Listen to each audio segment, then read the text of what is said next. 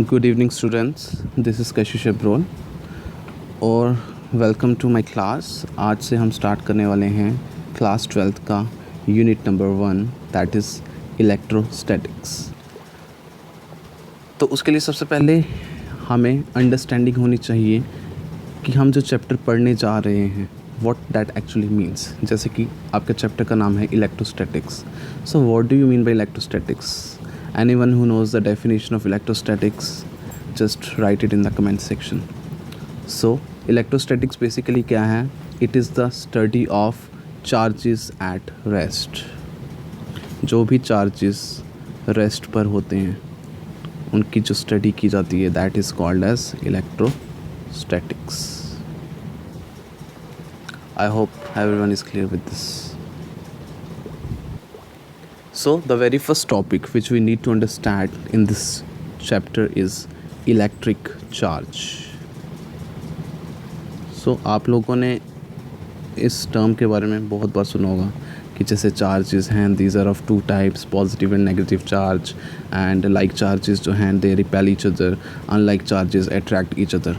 But the main thing is कि charge होता क्या है. We know all these things about charges that they are of two types and all, but charges होता क्या है? तो चार्ज बेसिकली एक प्रॉपर्टी है मैटर की. अगर आपको इसको प्रिसाइजली डिफाइन करना है व्हाट इज़ ए चार्ज, तो what you will simply say charge is a property of matter by virtue of which it interacts with the other matter and hence it gives rise to electric and magnetic field. तो charge basically क्या करता है, वो किसी matter के साथ interaction करता है और उसकी वजह से दो तरह के फील्ड्स प्रोड्यूस होते हैं that is electric field and magnetic field. So since हम जब इलेक्ट्रोस्टैटिक्स की बात कर रहे हैं we have to deal with only this electric field. Fine. There is one more thing that we need to know about charge is that SI unit of charge is coulomb. अगर हम charge के SI unit की बात करें तो that is coulomb. Okay. And basic जो elementary charge होता है that is charge on an electron. I hope most of you already know कि एक इलेक्ट्रॉन के ऊपर क्या चार्ज होता है दैट इज़ 1.6 × 10⁻⁻19 कूलम्ब. इसको हम एलिमेंट्री चार्ज भी बोलते हैं because this is the very basic charge. इससे कम वैल्यू का चार्ज एग्जिस्ट ही नहीं करता. That's why we call it as elementary charge. I hope you are getting it. Next concept जो हम चार्जेस के बारे में पढ़ते हैं that is conservation of charge. There is a law based on it, law of conservation of charge. ठीक है. तो कंजर्वेशन ऑफ चार्ज का कंसेप्ट क्या बोलता है कि जब भी हमारे पास एक आइसोलेटेड सिस्टम होगा, whenever we have isolated system, उस आइसोलेटेड सिस्टम में जो टोटल चार्ज की वैल्यू है that will always be constant. Total charge that will always be constant. इसमें हम एक एग्जांपल को स्टडी करेंगे. जैसे फॉर एग्ज़ाम्पल मैं एक ग्लास रॉड लेता हूँ.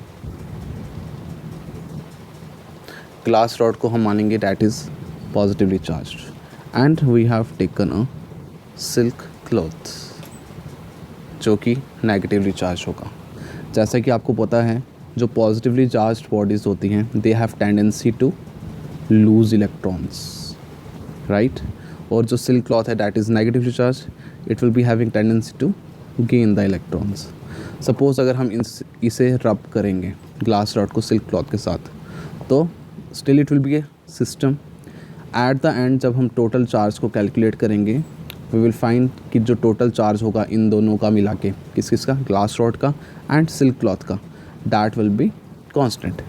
जैसे बिफोर रबिंग सपोज़ कर लो ग्लास रॉड का जो चार्ज था that was 5e. Okay. And silk cloth का जो चार्ज था दैट वाज 7e. जब आपने रब किया, रब करने के बाद जो ग्लास रॉड है वो क्या करेगी, definitely it will lose electrons, तो वो रह जाएगा 3e. जितने उसने इलेक्ट्रॉन्स को लूज़ किया होगा उतने ही इलेक्ट्रॉन्स को सिल्क क्लॉथ ने क्या किया होगा, गेन, यानी कि वो कितना हो जाएगा 9e। तो अब चेक कर सकते हैं 7 + 5 = 12, दिस इज़ बिफोर रबिंग। और जैसे ही आपने रबिंग की, ग्लास रॉड ने 2 इलेक्ट्रॉन्स को लूज़ किया, उसके ऊपर चार्ज रह गया 3e। सिल्क क्लॉथ ने 2 इलेक्ट्रॉन्स को गेन किया, उसके ऊपर चार्ज आ गया 9e। तो 9 + 3 = 12, यानी कि before rubbing and after rubbing जो चार्ज था वो इस सिस्टम का, किस सिस्टम का, ग्लास रॉड और सिल्क क्लॉथ के सिस्टम का, दैट वाज सेम। तो इससे प्रूव हो रहा है कि जो चार्ज है एक आइसोलेटेड सिस्टम का वो हमेशा कांस्टेंट रहता है। I hope it is clear. Next concept related to charges is quantization of charge. I think this is a new term for you people, quantization of charge. So according to this concept what we say कि charge जो है it always exists in discrete steps not in the continuous amount। ठीक है, जैसे discrete steps बोलने का मतलब है 1 2 3 4 so on, फाइन। कॉन्टीन्यूस बोलने का मतलब 1 1.1 1.2 एंड सो ऑन। तो चार्ज जो है that is always existing in discrete steps not in the continuous amount। और as per the quantization of charge हम क्या बोलते हैं कि charge on a body is equal to the integral multiple of elementary charge. अगर हमें इसी statement को मैथमेटिकली लिखना हो तो व्हाट वी विल राइट, जैसे कि आपको पता है चार्जेस जो हैं वो पॉजिटिव भी होते हैं नेगेटिव भी होते हैं, ठीक है, that's why I have placed plus minus, fine. क्या बोला मैंने, it charge on a body is equal to the integral multiple of the elementary charge. तो एलिमेंट्री चार्ज आपका आ गया E, integral multiple that means N, और यहाँ पर जो आपके एन की वैल्यूज़ होंगी that will be 1 2 3 4 so on, right. तो from this I can say कि Q is equal to 1e, this charge is possible, fine. 2e that is also possible, 3e possible, 4e possible। अब आपके लिए question है, Q is equal to 1.7e अगर मैं लिखता हूँ, you people need to tell me in the comment section, क्या 1.7e करके चार्ज पॉसिबल है? Will this charge exist? If yes give me the explanation, if not give the explanation. One more thing that we need to know, suppose करो अगर आपके पास Q is equal to 1e charge है and Q is equal to 2e charge है, इन दो charges के बीच में सिर्फ there will be 2 possible values of charge. अब 1e और 1.2e के बीच में, 1e एंड 2e के बीच में बहुत सारे चार्जेस आएंगे, जैसे 1.1 1.2 1.25 एंड सो ऑन।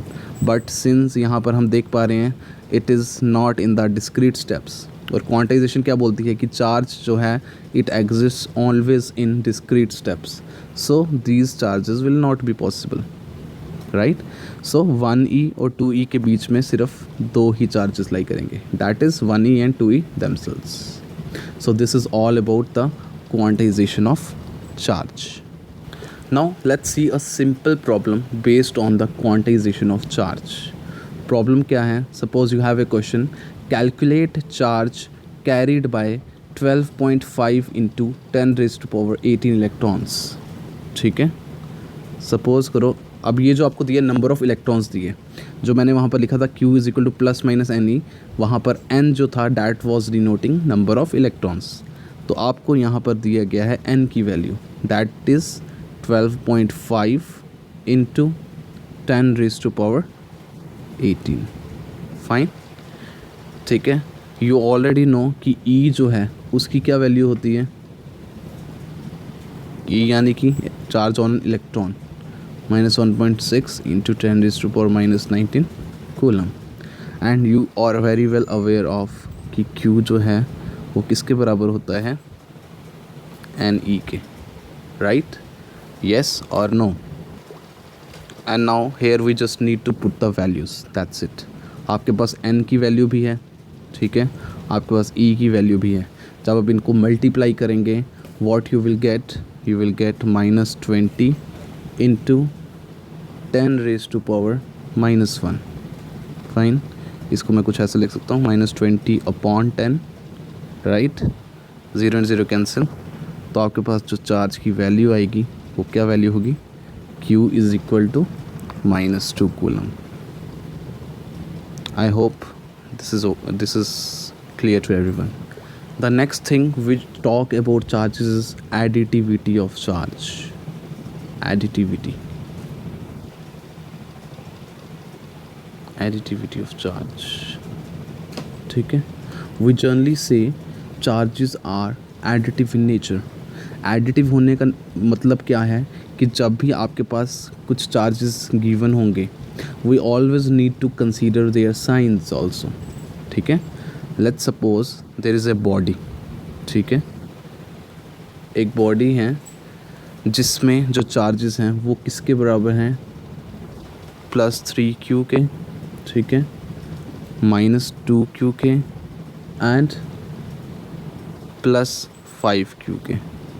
अब हम इन्हें ऐड तो करेंगे बट कंसीडरिंग देयर साइंस, जैसे +3 and +5 will become +8 -2, right.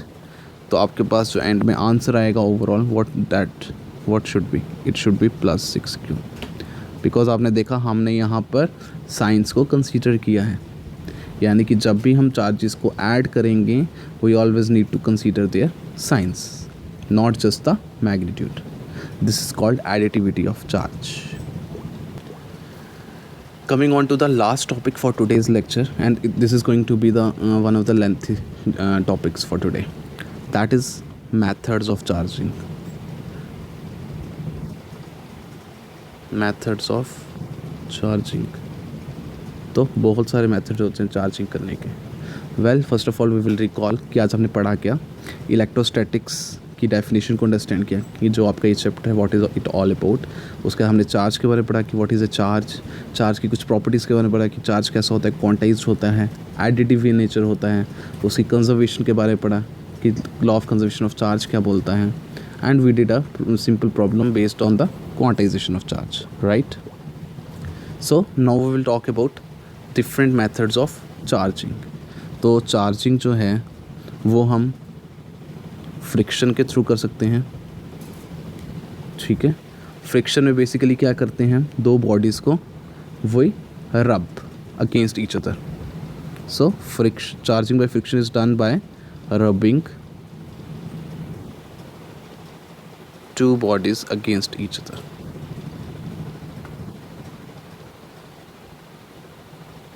Two bodies against each other. So this is your first method of charging. So the second method is charging by conduction. जैसा कि friction के case में आपने देखा था, हमने दो बॉडीज़ को रब करवाया अगेंस्ट ईच अदर। कंडक्शन के केस में we will just touch the two bodies against each other. So here charge is produced by touching two bodies against each other. Touching two bodies against each other. Well, that is fine. और उसमें क्या चीज़, एक खासियत होगी इसमें, एक body जो है that will be charged and the other body will be uncharged. ठीक है, ये कब पॉसिबल होगा, उन दो बॉडीज़ में से एक कंडीशन रहनी चाहिए कि एक बॉडी चार्ज रहेगी और दूसरी बॉडी अनचार्ज रहेगी. जब हम उनको टच करेंगे एक दूसरे के साथ तो डेफिनेटली अल्टीमेटली क्या होगा, charge will be transferred from charged body to the uncharged body. That method is called as charging by conduction. Coming on to the third and the last method, that is charging by induction. Charging by induction. Okay, और इस method को हम best method भी बोलते हैं. It is the best method for charging. ठीक है, तो बेसिकली हमें इसे अंडरस्टैंड करने के लिए एक एग्जांपल के थ्रू समझना पड़ेगा. So let's see that example. और इस एग्जांपल को हम थोड़ा स्टेप्स पे समझेंगे. सबसे पहले आपको क्या करना है, दैट इज़ स्टेप 1. आपको एक मेटालिक स्फेयर कंसीडर करना है, ठीक है, जिसको आपने प्लेस किया है ऑन एन इंसुलेटेड स्टैंड. ठीक है, एंड दिस इज़ अनचार्ज्ड. आपने एक मेटालिक स्फेयर को कंसीडर किया, that is placed on an insulated stand. ठीक है, और वो अनचार्ज्ड है. फाइन. Step number 2. अब आपको क्या करना है, we need to bring a positive charged glass rod near the uncharged sphere. जैसे सपोज करो दिस इज़ द स्फेयर. ठीक है, तो आप क्या करेंगे,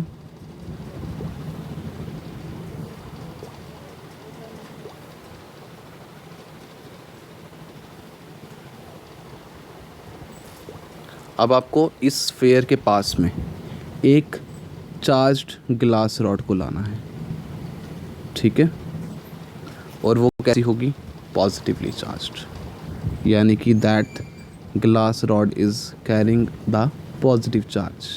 अब इसकी वजह से क्या होगा, जो वो अनचार्ज्ड स्फेयर है, पॉजिटिव चार्ज जैसे ही आप उसके पास में रखेंगे तो जो ऑपोजिट चार्जेस हैं वो इस साइड पर एकमुलेट हो जाएंगे. यानी कि ऑपोजिट चार्ज क्या होगा मेटालिक स्फेयर में, that will B negative charge, तो वो इस साइड पर एकमुलेट हो जाएगा.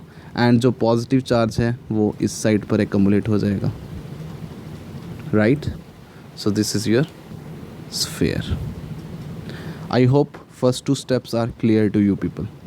तो जैसा कि आप क्लियरली देख पा रहे हैं, जैसे ही आपने एक ग्लास रॉड को जो कि पॉजिटिवली चार्ज्ड है उसको इस स्फेयर के नज़दीक लाया, तो जो सेंटर्स हैं नेगेटिव चार्जेस के वो उस ग्लास रॉड वाली साइड पर एकमुलेट हो जाएंगे. And that is clearly shown here. Fine, this is your step number 2. Talking about the step number 3. अब आपको स्टेप नंबर 3 में क्या करना है, जो आपने ग्लास रॉड को लाया था, ठीक है, उसे वहाँ पर ही रहने देना है. एक एडिशनली आपको क्या करना पड़ेगा, सो हम रीड्रॉ करेंगे इस फिगर को. यहाँ पर आपका नेगेटिव चार्ज है, यहाँ पर पॉजिटिव चार्ज है, और यहाँ पर आपकी ग्लास रॉड थी. फाइन, जहाँ पर आपका पॉजिटिव चार्ज एकमुलेटेड है स्फेयर पे, उस साइड पे, उस एंड पे आपको उस एंड को अर्थ करना पड़ेगा. अब वो अर्थिंग करने की वजह से क्या होगा, जितना भी वो पॉजिटिव चार्ज है उस मेटालिक स्फेयर में, दैट विल बी अर्थ, यानी कि ग्राउंडेड हो जाएगा, यानी कि there will be no positive charge in that sphere. Fine. Immediately step number 4 में हम क्या करेंगे, जो ग्लास रॉड आपने उस नेगेटिव एकमुलेटेड चार्ज के नज़दीक रखी थी, उसको आप ग्लास रॉड को you will take away. Fine. ठीक है, जैसे ही आप उस ग्लास रॉड को दूर ले जाएंगे तो व्हाट यू विल सी, जो जितना भी नेगेटिव चार्ज है स्फेयर का वो सब का सब आउटर पार्ट पे, जो स्फेयर का आउटर पार्ट है वहाँ पर इंड्यूस हो जाएगा. ठीक है, और वो सब किसके वजह से पॉसिबल हुआ, इस ग्लास रॉड की वजह से. No doubt there was a role of this earthing also, क्योंकि उस अर्थिंग के थ्रू हमने क्या किया, जितना भी पॉजिटिव चार्ज था उसको बाहर निकाल फेंका. ठीक है, तो जो नेगेटिव चार्ज बचा था ग्लास रॉड को अवे करने से, कहाँ से अवे, उस मेटालिक स्फेयर से जब आपने अवे किया तो जितना भी नेगेटिव चार्ज था that all got induced on the surface of the sphere. तो सिंस यहाँ पर नेगेटिव चार्ज इंड्यूस हुआ है, ठीक है, with the help of some other body. ठीक है, that's why this process is called as charging by induction. और इस, जैसे कि मैंने आपको बताया कि इस मेथड को हम बेस्ट मेथड ऑफ चार्जिंग भी कहते हैं. So students, that's all for today's lecture. I hope I tried my level best to try to get these things clear in your mind about the basic concepts in electrostatics. So what we all studied today is charge, what is quantization of charge, what is conservation of charge, what is additivity, and last one was methods of charging, right? So I hope every one of you is clear. So we will meet in the next lecture. Thanks for joining. Take care.